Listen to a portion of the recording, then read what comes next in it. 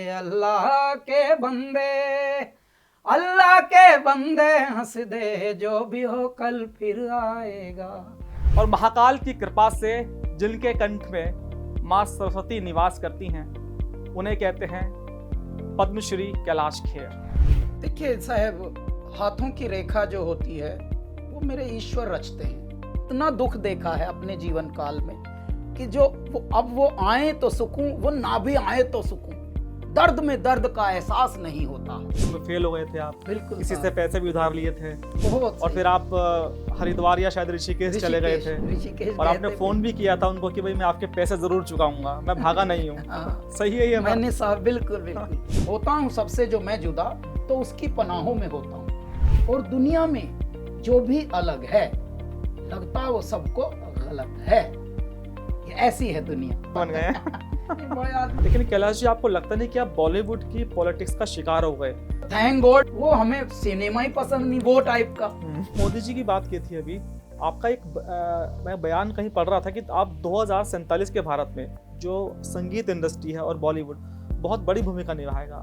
क्या था वो? मैं 100 वर्ष भारत के आजादी के हो जाएंगे, तब तक हो सकता है आप संगीत मंत्रालय एक देखें। जब आप राम मंदिर की प्रतिष्ठा प्रोग्राम में गए थे, आपके साथ कुछ चमत्कार हुआ था। क्या था वो चमत्कार? तो चमत्कार देखिए ये था, दर्शन के लिए हमको ले जाने लगे वहाँ की व्यवस्था के लोग, लेकिन इतनी भीड़ थी कि उस भीड़ में जो हमें कमांडो मिले हुए थे हमारी सिक्योरिटी के लिए, वो तलक भी बेचारे पिस रहे हैं भीड़ में और बहुत ही अव्यवस्थित जैसा हो रहा है। उन्होंने बोला तुम मेरे बच्चों मुझसे बिना मिले चले जाओगे? ऐसा हो सकता है कभी? तो धीरे धीरे चीजें बदली हैं। आध्यात्म की अब हमारे परवाह हो रही है पूरी दुनिया में, सनातन की परवाह हो रही है, सनातन की। और पहले हंसी उड़ रही थी इन सब चीजों में। पहले हम टीका लगा के कहीं भी जाते थे तो हंसते थे जी लोग। बिगेस्ट चेंज, हमको भगवान ने देव तुल्य कुछ ऐसे लोगों को भेज दिया, हमारे प्रधानमंत्री आदरणीय श्री नरेंद्र मोदी जी।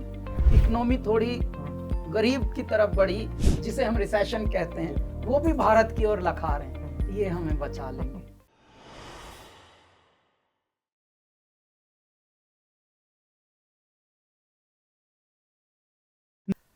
महाकाल यानी कि भगवान शंकर जहां रहते हैं उसे कहते हैं कैलाश पर्वत।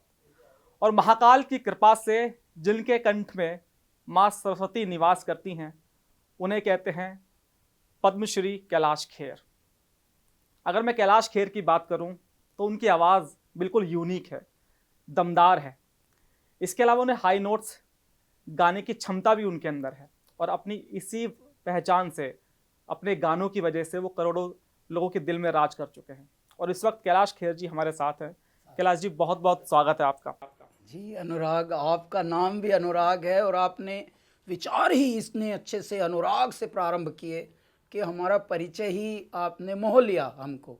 बारंबार आपको प्रणाम। धन्यवाद कैलाश जी। कैलाश जी, इंटरव्यू की शुरुआत करने से पहले मैं हाथ की रेखाओं की बात करता हूँ। ये जो हाथ की रेखा होती है, समाज में 2 तरह के लोग होते हैं जब वो पैदा होते हैं। तो एक तो सोने चांदी की चम्मच लेकर लोग पैदा होते हैं और एक आदमी के हस्तरेखा में लिखा होता है संघर्ष।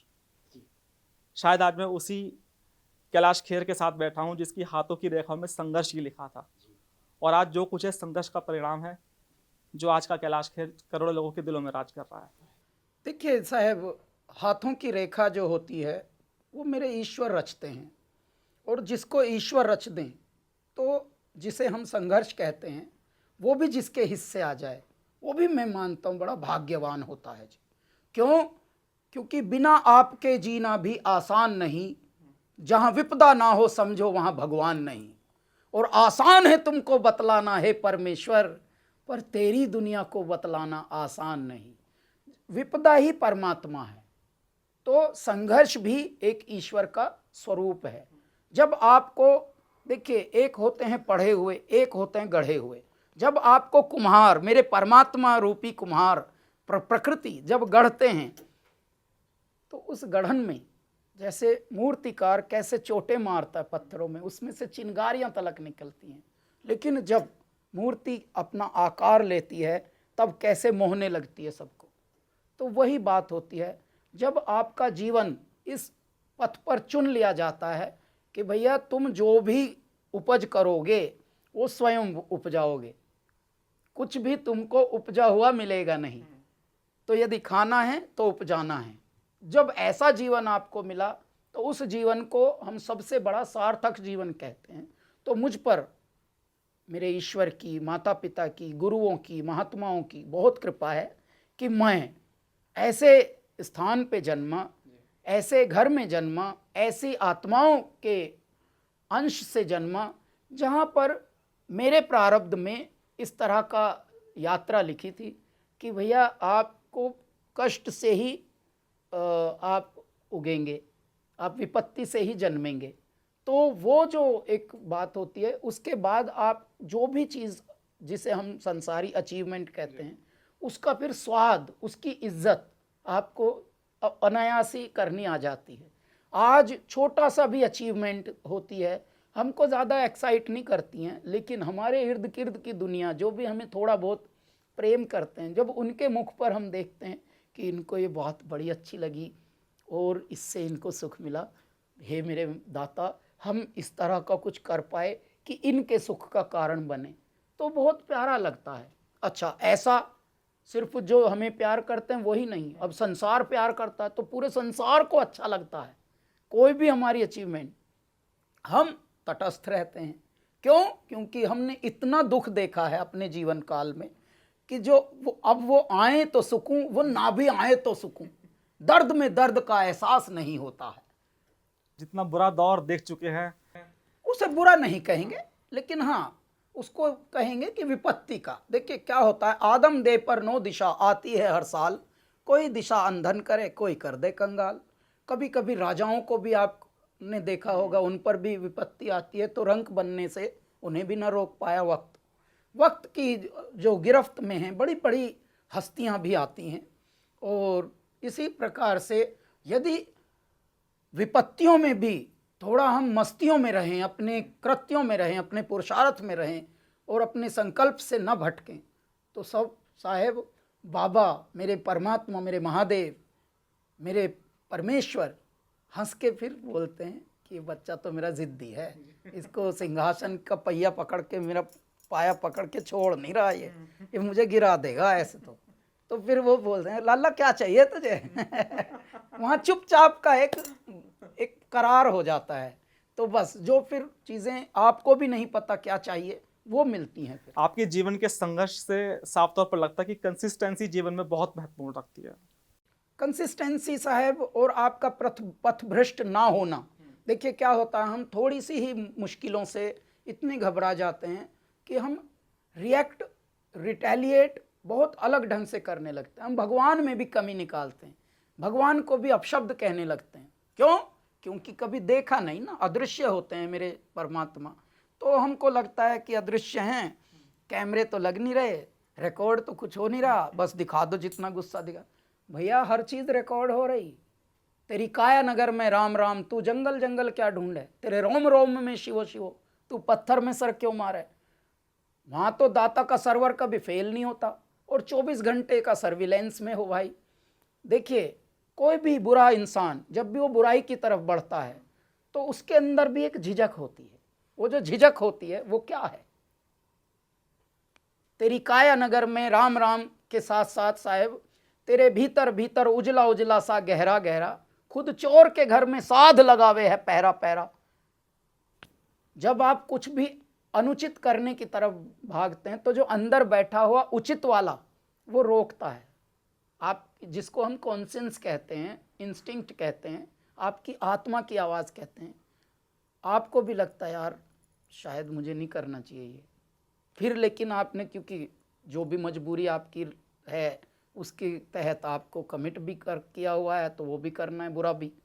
जब आप बुरा करने को जाते हैं तो एक अंदर बैठा हुआ अच्छा आपके भीतर वो रोकता है, वो बताता है, टोकता है कि तू सही नहीं कर रहा।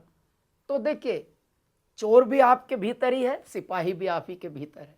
तो मेरे दाता ने ऐसी रचना रची है, बस यही है कि जिसकी जितनी जागृति उतनी ही उसकी गति, सदगति और दुर्गति तो अपने आप तय करता है। तो हाथों की रेखाएं भी इसलिए बदल जाती हैं सत्कर्मों से, पुरुषार्थ से, परमार्थ से।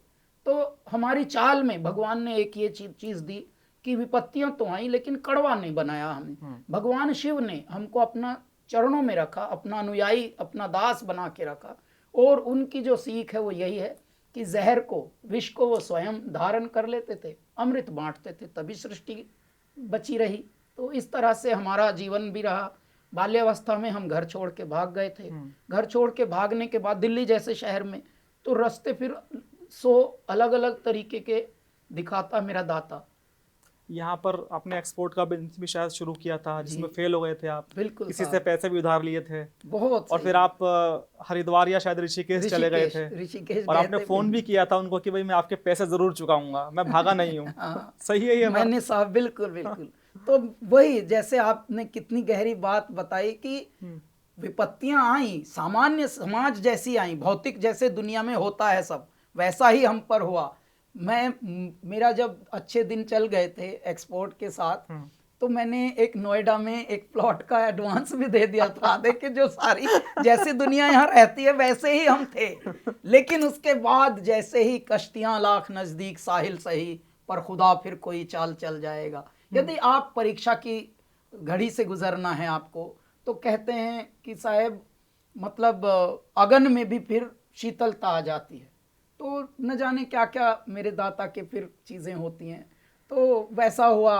उसके बाद हम जब वहाँ विफलता हुई, हमारा ये एक्सपोर्ट का कोलैप्स हो गया, फिर हम जिस चीज़ से भागते थे कि मुझे पिताजी वाला काम नहीं सीखना, इसमें पैसे वैसे हैं नहीं, कुछ ज़्यादा सम्मान और ये बस थोड़ा सा मिल जाता है और इससे तो जीवन चलेगा नहीं। दुनिया बढ़ रही थी, बदल रही थी, तो हमने एक प्लॉट का एडवांस भी दे दिया। हम सोच रहे थे उनमें अब तो भाई हम बहुत बड़े जमींदार बन गए। बड़े आदमी बन जाएंगे, बड़ा घर होगा, अब ये होगा।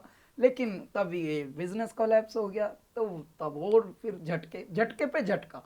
क्योंकि इंसान को जब भगवान जब किसी को गढ़ते हैं, जब भगवान की जो प्रकृति है वो कुम्हार रूप से जब किसी को गढ़ती है, तो वो बार बार पहले तो थोड़ा बनाती है, फिर मिटाती है, फिर बनाती है, फिर मिटाती है, और उस बनने मिटने का जो प्रोसेस है वही आपको असली में फौलाद बना के उगाता है।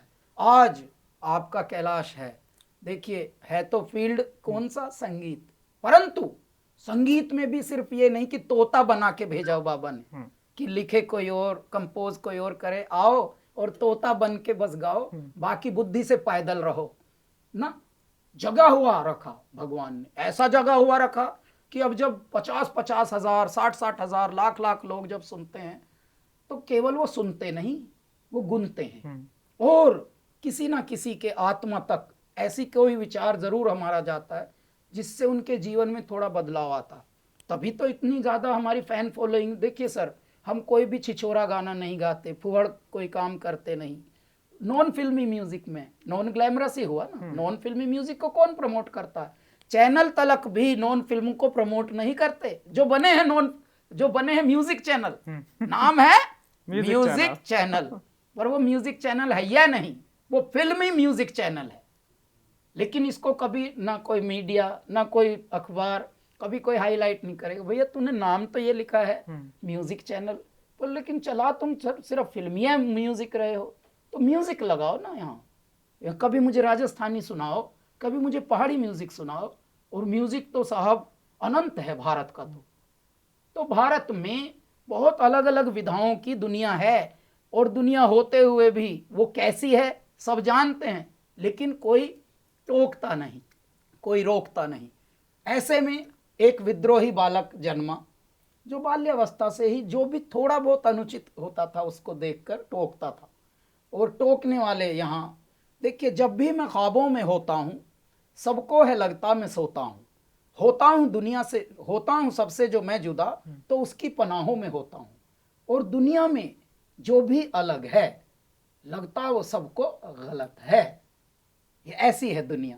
थोड़े से आप डिफरेंट होंगे, थोड़े से आप यूनिक होंगे, तो आप पे टैग क्या लगेगा? गलत, बदतमीज है ये, बदतमीज बालक है ये।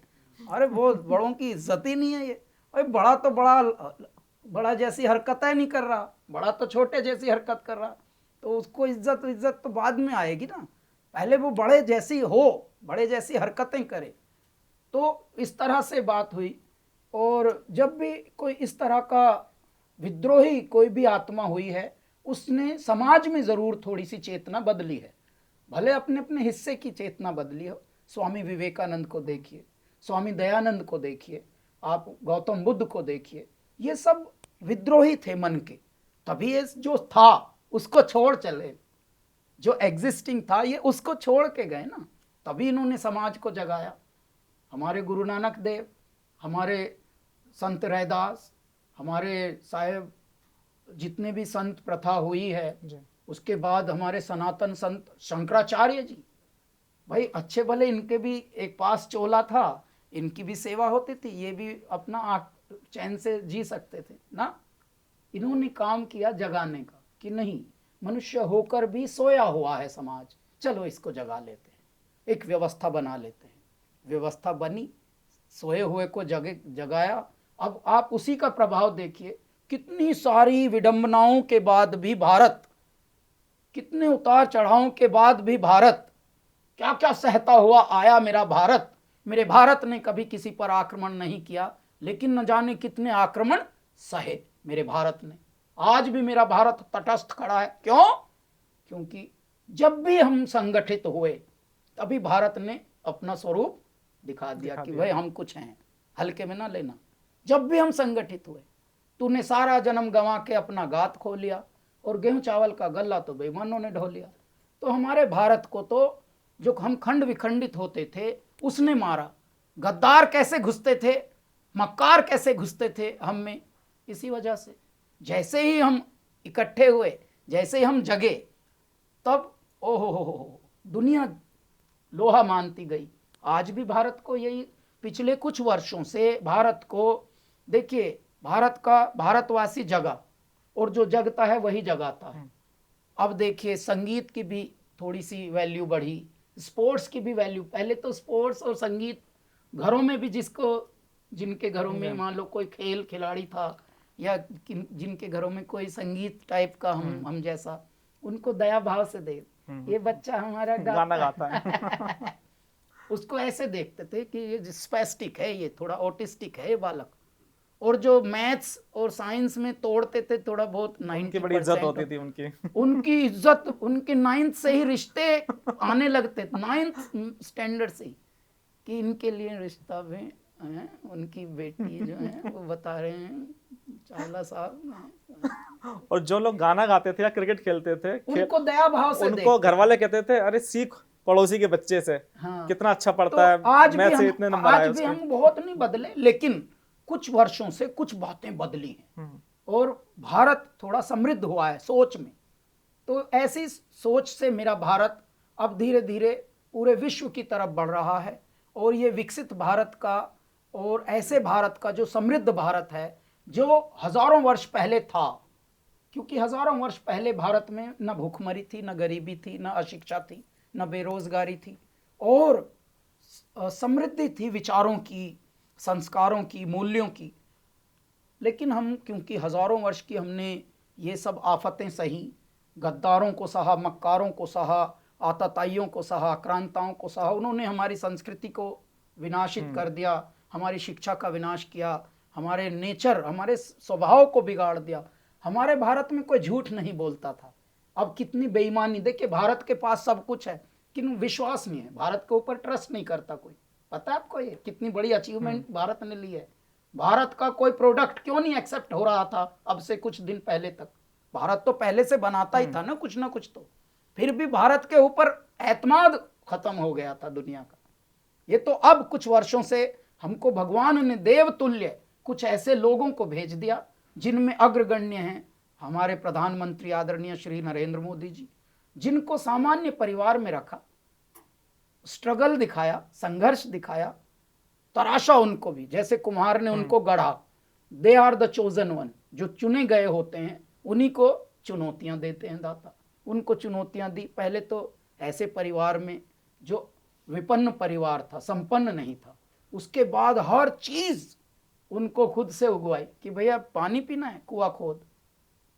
तो ऐसे मनुष्य जब जीवन को समझकर और जीवन की ऐसी परिपाटी को प्रशस्त करते हैं, जो आज का सबसे बड़ा पद होता है प्रधानमंत्री।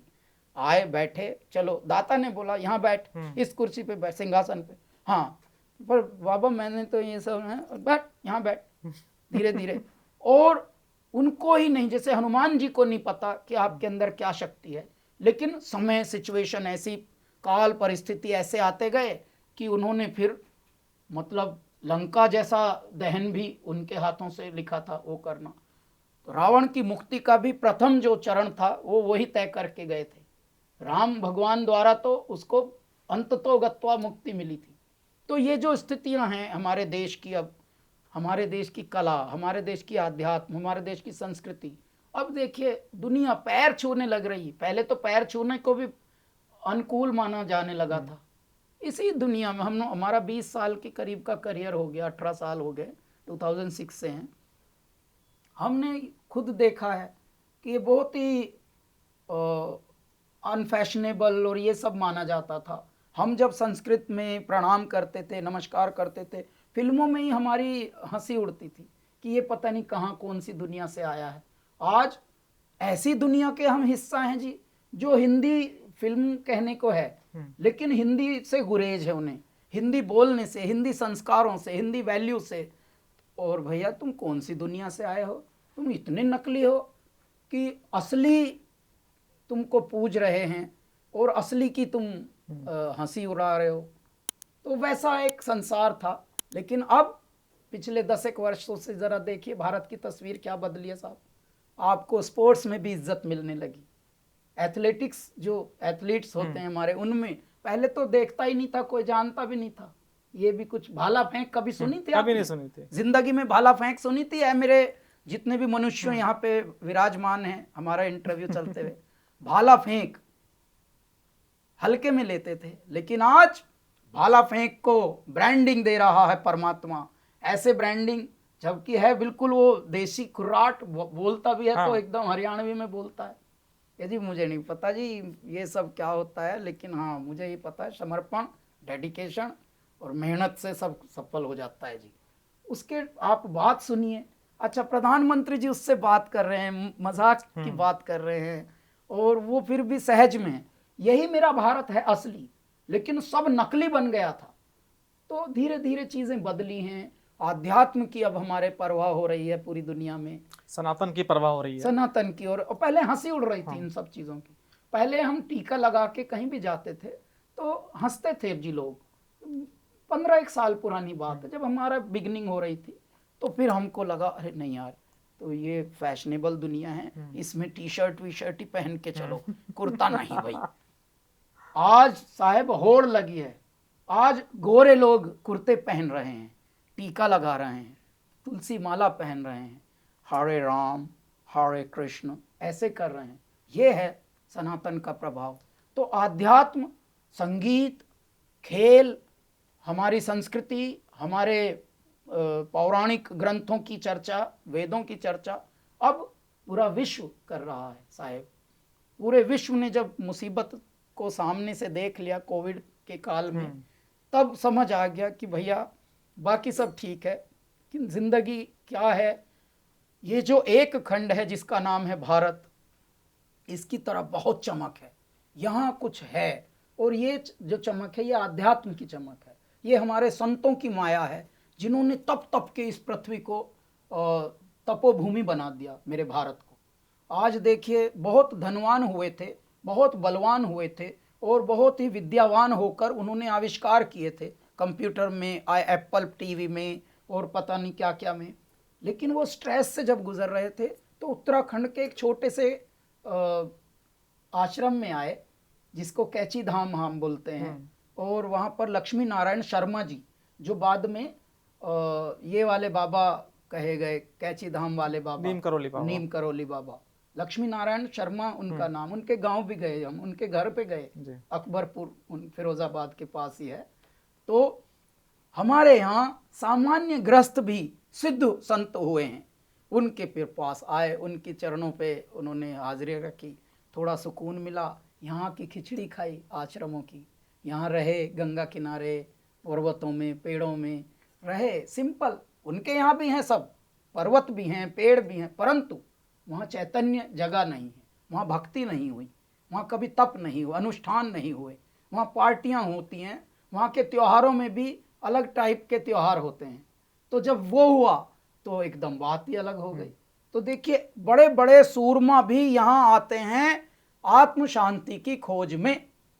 ये कैसी धरती है मेरी भारत, भारत जिसका नाम, भारत जैसा देश कोई हुआ ना कभी होगा।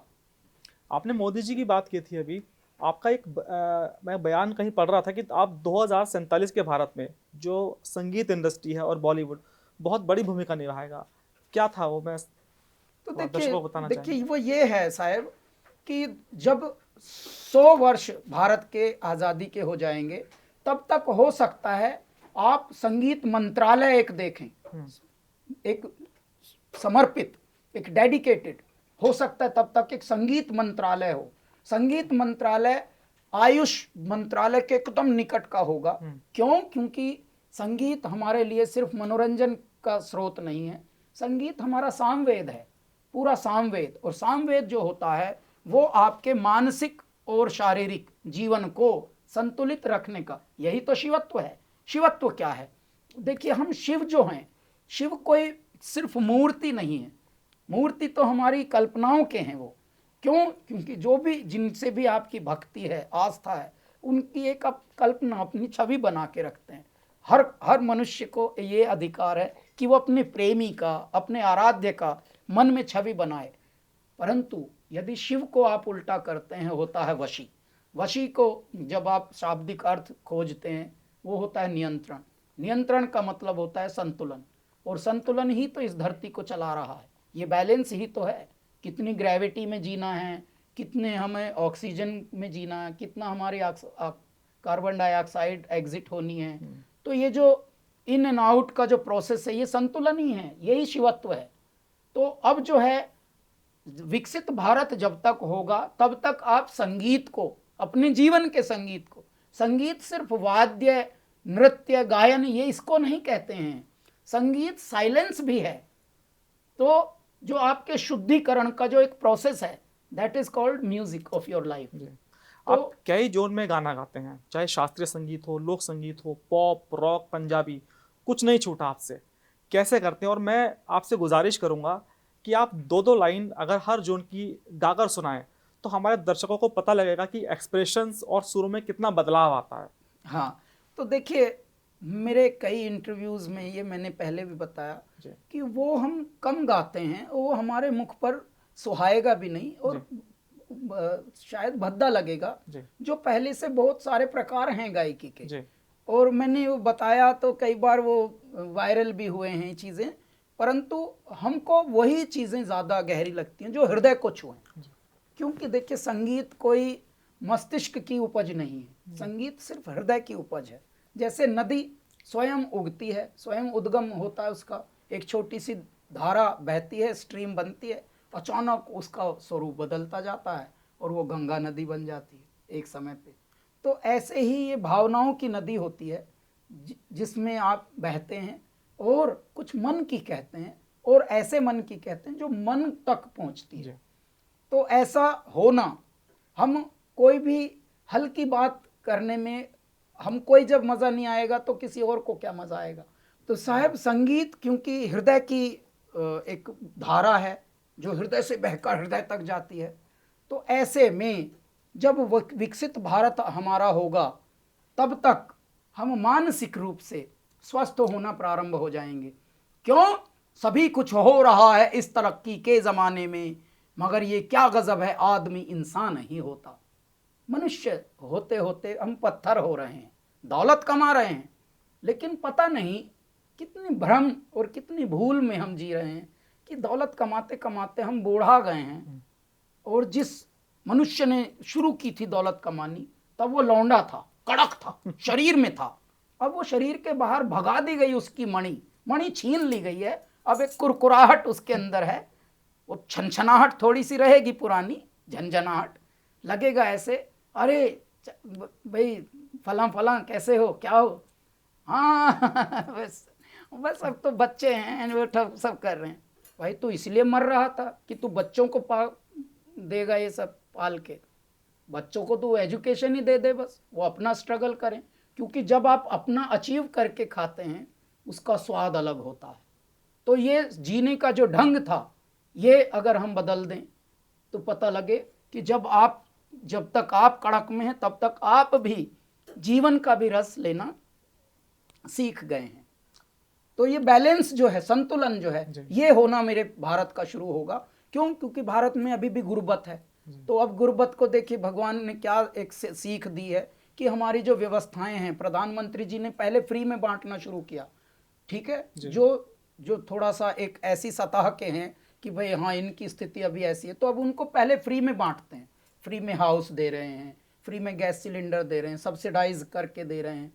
धीरे धीरे उनको एम्पावर करेंगे, समय लगेगा। जब वो एम्पावर होने लगेंगे तो वो खुद, जैसे अब जो आज समृद्ध हुए हैं उनसे कहा गया कि भाई आप अपना गैस सिलेंडर छोड़ दीजिए। क्यों? क्योंकि जो आप जैसे नहीं हैं, थोड़ा आपसे लेस प्रिविलेज्ड हैं, उनको आप ये छोड़ेंगे तो उनको मिलेगा। तो कितनों ने सरेंडर किया। कल जब आप उनको एम्पावर करेंगे तो वो सरेंडर करेंगे। जो आज फ्री ले रहे हैं, भाई ये थोड़ा कि मैं फ्री है मैं खाता रहूंगा, समय बदलता है। उसी परिवार का जब बच्चों को आप और एजुकेटेड करेंगे और बहुत अच्छे से, तो 2047 तक मेरा भारत ऐसा हो जाएगा कि संगीत जग जाएगा लोगों के भीतर, मानसिक रोग भी, विकार भी दूर होंगे, और हम मूल्यों की ओर अभी से प्रखर हो भी गए हैं, प्रशस्त कर रहे हैं हमारे साहब लोग, और धीरे धीरे जागृति हो रही है, सनातन जाग गया है, इकट्ठे हो रहे हैं। इकट्ठे होकर ही हम सच्चे मूल्यों की तरफ भी अग्रसर हो रहे हैं। उससे देखिए कितना बदलाव है। कुल 10 वर्षों में भारत ऐसा हो गया जो हजारों वर्ष से भटका हुआ भारत था, समझ नहीं रहा था कहाँ कैसे कैसे जिए।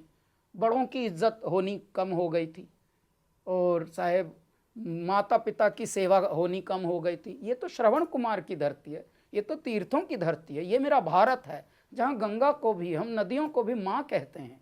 और अचानक हम इतने फैशनेबल हो गए कि भाई हमारे यहाँ कभी वृद्धा आश्रम नहीं बनते थे, ये अब ये बनने लगे, ओल्ड एज होम।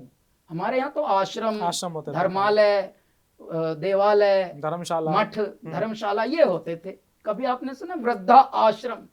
भाई ये कहाँ से आया वृद्धाश्रम? वृद्धाश्रम अब दुनिया के किसी भी अमीर ने बना रखा हो, असली में जाके देखिए पागलों की तरह, वहां जैसे पागल खाना हो ऐसा वहां पे गत करते हैं बुजुर्गों की।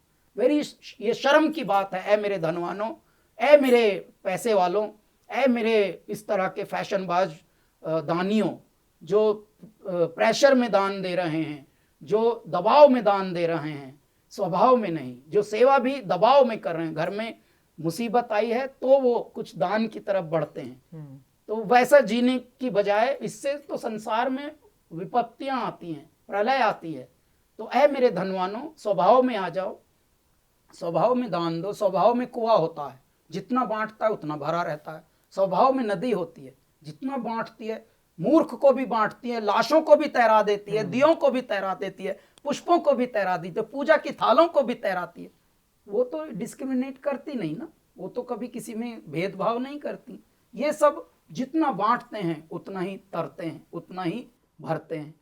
तो ऐसे ही मनुष्य को बनाया था, लेकिन बस सब चीजें अस्त व्यस्त हो गई थी। अब धीरे धीरे हम बैक टू अपने बेसिक्स की तरफ, बैक टू रूट्स की तरफ अब चल रहे हैं, which is a biggest change actually. पूरा विश्व देख रहा, डेवलप्ड कंट्रीज भी साहब, जिनके आपस में झगड़े हो रहे हैं, धड़ाधड़ युद्ध पे युद्ध चल रहे हैं, मिसाइल पे मिसाइल दाग रहे हैं, वो भी भारत की ओर लखा रहे हैं। ये बचा लेंगे हम। खाने पीने को देखिए लोगों में कितना सुधार आया। जो पहले बाजरा, मक्का, ज्वार सब छोड़ दिया था, आज वो मिलेट्स के रूप में वापस आ रहा है। और ऐसा धीरे धीरे जो जिन लोगों ने दौलत कमा के अपने आप को डेवलप्ड कंट्री के तमगे दिए, अब वो साहब उनकी जब इकोनॉमी थोड़ी गरीब की तरफ बढ़ी, जिसे हम रिसेशन कहते हैं, वो भी भारत की ओर लखा रहे हैं। ये हमें बचा लेंगे, ये ठीक कर लेंगे। तो भारत को ऐसे ही देखा जाता था पहले, अब भगवान ने पुनः भारत के दिन लौटाए हैं। ऐ मेरे भारतीयों, अब आप जाग गए हो,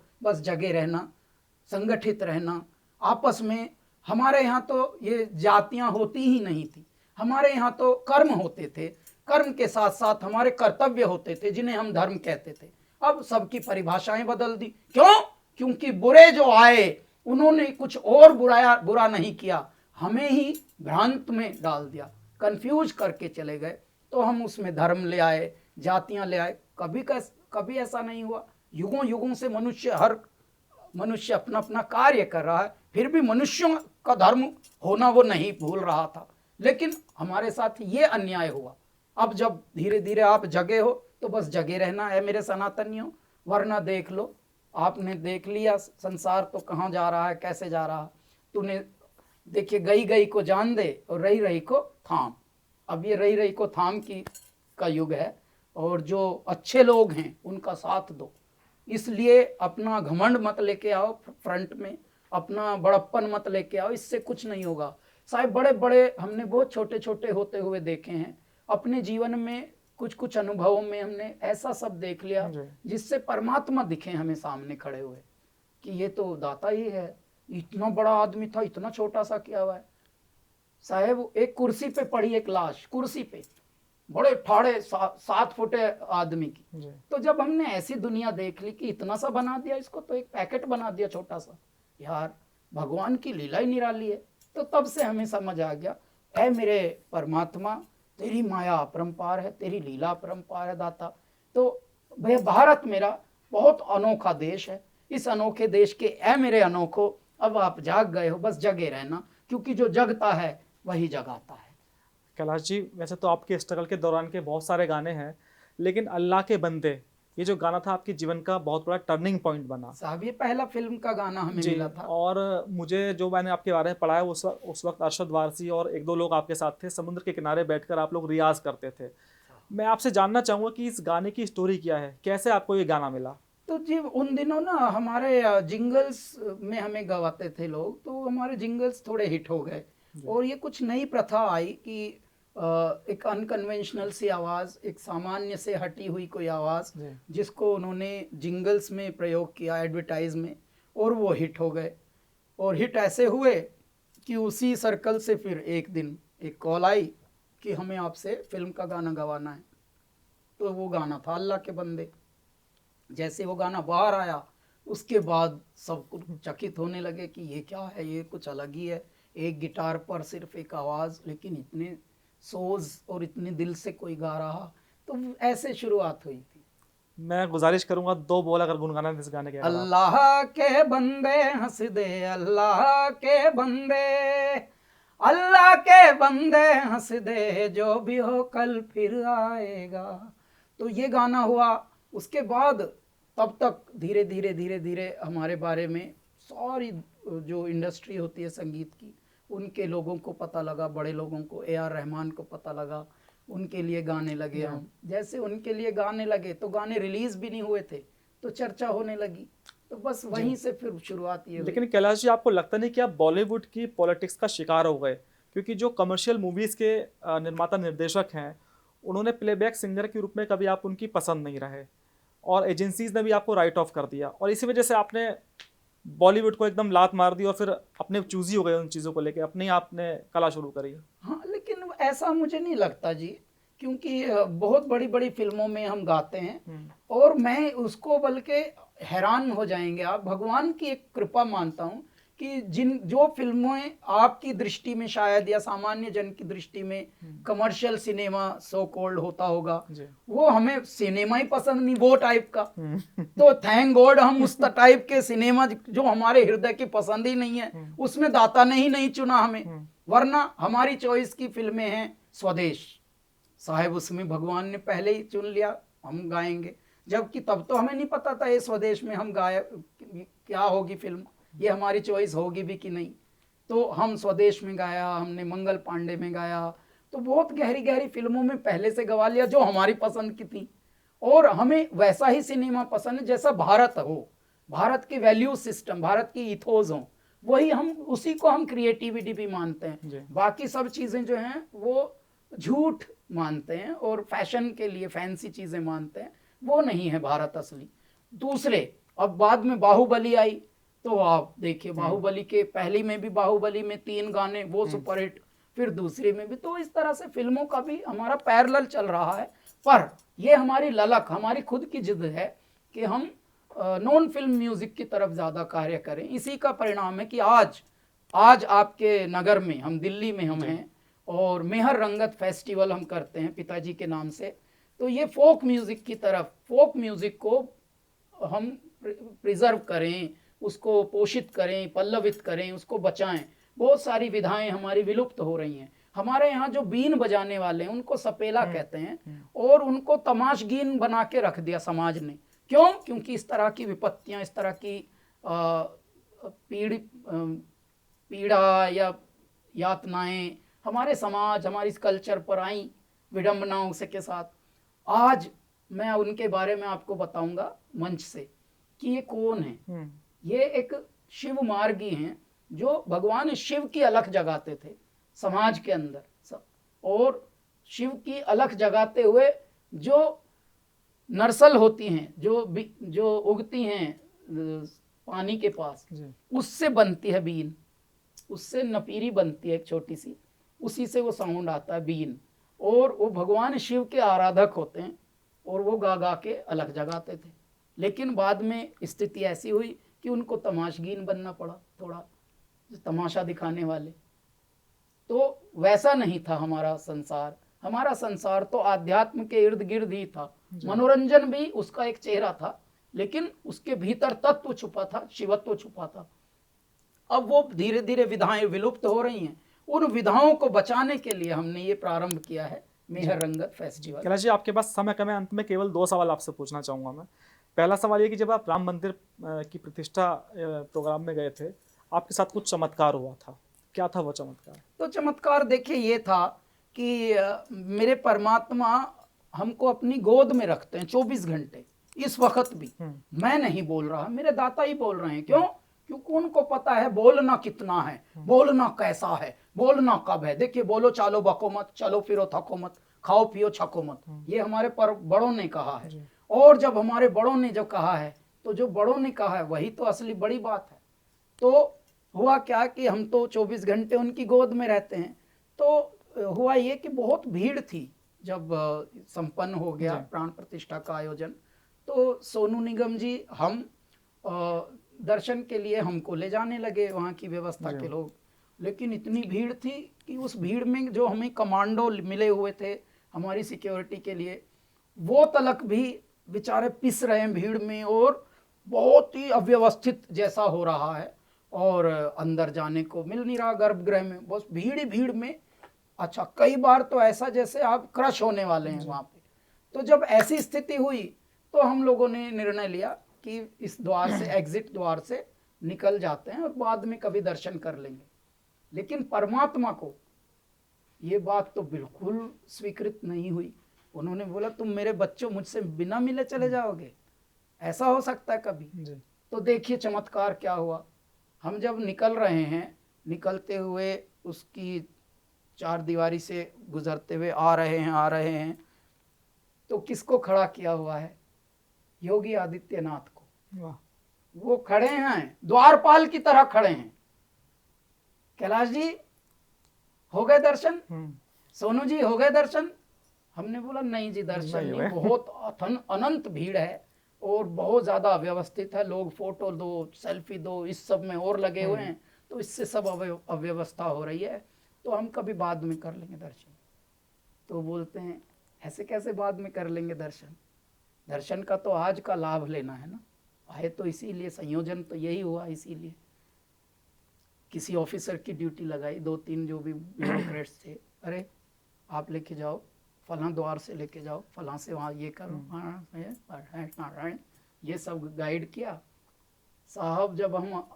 जब गए तो मेरे दाता के दर्शन भी हुए और बहुत मज़े से, और वहाँ बहुत सारे स्वामी भी मिले जो हमारे बहुत गहरे अंतरंग स्वामी हैं। तो मैं इसलिए हंसता हूँ कि ये चमत्कार से किसी कम नहीं है कि परमात्मा को पता था कि मेरे बच्चे मुझसे मिले बिना जाओगे। ऐसा और सीधे योगी जी को खड़ा कर दिया, आपको योगी दर्शन जी कराने को के लिए। द्वारपाल बना दिया साहब, वहीं भगवान का कि चलो आप संभालो ये जिम्मा, क्योंकि ये इमोशनल भावनात्मक जिम्मा है, ये इसके लिए आप हो सकते हैं। तो वो खड़े हैं, हंस रहे हैं। और इससे इतने बड़ा प्यार से। चमत्कार क्या हो सकता ये है कि बहुत प्रदेश बड़ा का चमत्कार। मुख्यमंत्री खुद आपको कह भगवान रहे राम के हैं। दर्शन कराए। हाँ कि आप आइए। जहाँ आप योगी जी की आपने बात की, तो योगी जी से भी आपको बहुत लगाव है। आपने, मुझे याद है, लखनऊ में जब खेलो इंडिया गेम्स का प्रोग्राम चल रहा था, तो आपने कहा था कि महाराज जी मुझे बहुत लाड करते हैं और एक दूसरे की शक्ल में भी सिमिलैरिटी है। आपने ये कहा था हाँ, उनसे। कई लोग बोलते हैं कि मिक्का हमारा भाई है छोटा, जी। तो वो बोल रहा था कि मुझे एक फिल्म बनानी है योगी जी पे और उसमें आपको योगी जी का रोल करना है, कि आप भाई लगते हैं उनके। उनका एक बयान है, कटेंगे तो बटेंगे। सुना हाँ, आपने ये? नहीं नहीं, वो सुना है सर। वो एक्चुअली देखिए, यही जितने भी ज्ञानी जगे हुए प्यारे लोग हैं, वो पहले से यही तो संदेशा देते आ रहे हैं, भाई संगठित रहो, संगठित रहो। देखिए हमारे यहाँ त्योहार मनाने को, जो आज गणेश चतुर्थी भी मनती है, लोकमान्य गंगाधर तिलक जी ने ये इसीलिए प्रारंभ कराया था इसको, त्योहार का स्वरूप, कि सब इकट्ठे रहो, संगठित रहो। संगठित रहोगे तो शत्रु भागेगा। तो आज भी जो हमारे भीतर शत्रु बैठे हैं वो तभी भागे ना, धीरे धीरे, जब हम संगठित हुए। तो ये जो साहब ने कहा, हमारे योगी जी ने बहुत गहरी बात कही कि भाई ये समय जो है संगठित रहने का है, ये आवंटित रहने का नहीं। आवंटित तो तुमको बहुत, वो हमने जैसे बताया, तूने सारा जन्म गंवा के अपना गात खो लिया और गेहूं चावल का गल्ला बेईमानों ने ढो लिया। अब कैसे हो सकता है भारत जैसे देश में अयोग्य लोग राज कर रहे थे? ये कितनी हंसी की बात लगती है, अभी भी हंसी आती है कि जिनको, जो अयोग्य हैं, जो उचित अनुचित का फैसला नहीं कर पा रहे हैं, वो आज के युग में और जातियां और सब ये निरर्थक बातों में लगाए हुए हैं। जबकि मनुष्यों को गरीबी हटाओ, या ऐसी बात करनी चाहिए, एजुकेटेड हो जाओ, ऐसी बात करनी चाहिए। और वो एक तबका है जो इसमें अटकाना चाह रहा, यानी अंधों को और अंधा बनाओ, मूर्खों को और मूर्ख ना, मूर्खों को हमें एजुकेट करना है, उनको और हमें एम्पावर करना है, ताकि उनको पता लगे अच्छा हम में ये शक्ति थी, हमें पता ही नहीं था, हमारी शक्ति को विहीन किया हुआ था किसी ने। ऐसा है। तो इसलिए आप संगठित होंगे तभी तो एक होंगे, एक होंगे तभी आप सुरक्षित होंगे। जी। 2 लाइन मैंने पढ़ी थी अभी कि वीराने के जर्रे जर्रे को गुलाब कर दूंगा, बहते दरिया के पानी को शराब कर दूंगा, मुझसे ना रोगे मिलोगे तुम, मैं तुम्हारी आदत इतनी खराब कर दूंगा। आपके गानों को लेकर लोगों की हालत यही है। और जो खासतौर पर आपका गाना सैया जी है, सैया, मैं चाहूंगा अंत में कि आप 2 बोल सुनाएं दर्शकों को। सैया सैया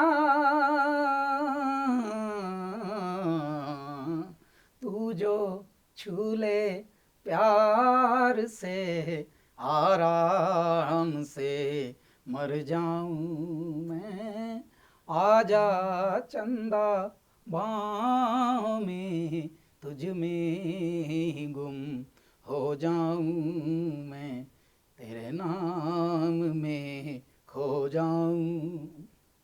सैया सैया।